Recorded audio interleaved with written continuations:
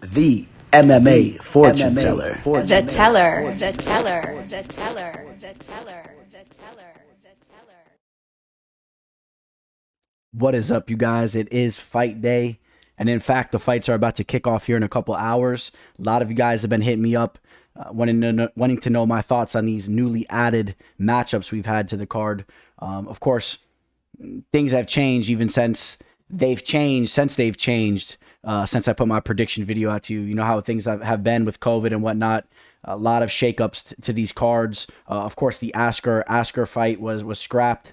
That was a newly added matchup, so I really don't even need to go into that fight here. But what I do want to go into is the new matchups. I believe we have 3 new matchups here. Osbourne will now be taking on Jerome Rivera.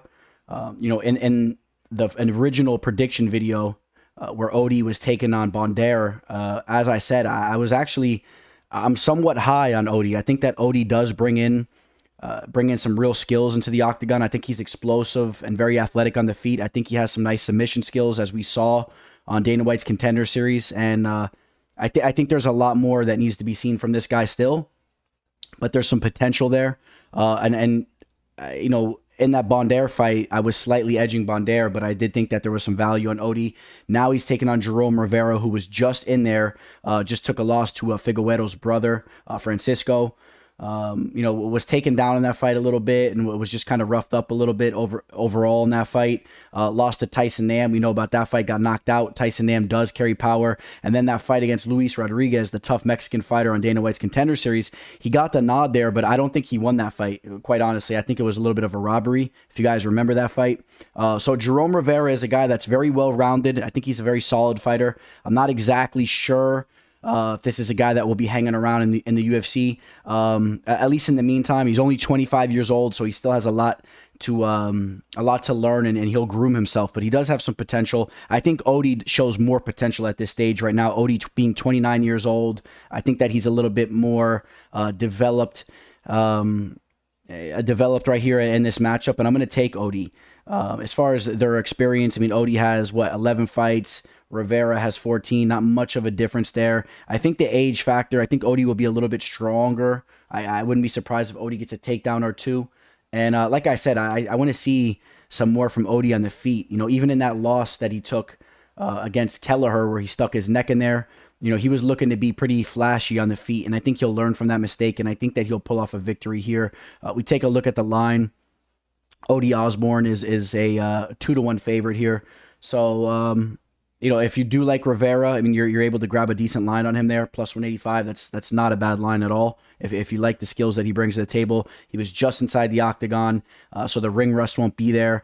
As with Odie, it's been quite a bit. It's been a year since he took that L to Kelleher, but I'm still going to take Odie Osbourne to show up and take that victory there.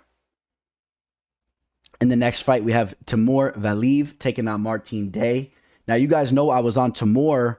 Even in the initial matchup against Julio Arce. Arce, in my opinion, is a way more talented fighter than Martin Day, so I think you guys know where I'm going with that fight. I think Timur Valiev is a very well-rounded fighter, brings in that Dagestani Sambo-type grappling, the incredible pace, the very good strength with the takedowns and whatnot. This guy is a guy that I've been watching for years. He's been on YouTube. If you guys seen some of those documentaries, we've seen him over in Dagestan and whatnot.